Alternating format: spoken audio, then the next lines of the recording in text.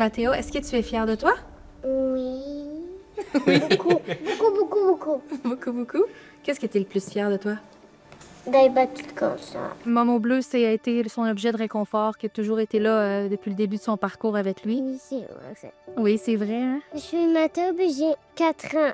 En novembre 2024, après quelques visites chez le docteur, on a été transférés au CHUL pour une anémie. C'est là qu'ils ont découvert qu'il y avait un cancer. En dedans de moins de 2 jours, on était commencé les traitements de chimiothérapie à Charles-Bruno pour un neuroblastome de stade 4. Au début, on pensait que c'était une erreur.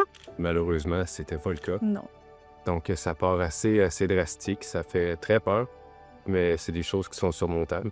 Mathéo, au début, quand on a commencé les traitements, il était très rétractaire à tout ça. Il voulait pas voir les docteurs ni les infirmières. Puis après, il s'est habitué à tout le monde. Il s'est mis à rire, à jouer, à aimer l'équipe médicale. Il s'est mis à avoir du plaisir à aller à Charles-Bruno. Puis ça, pour nous, ça a été très facilitant.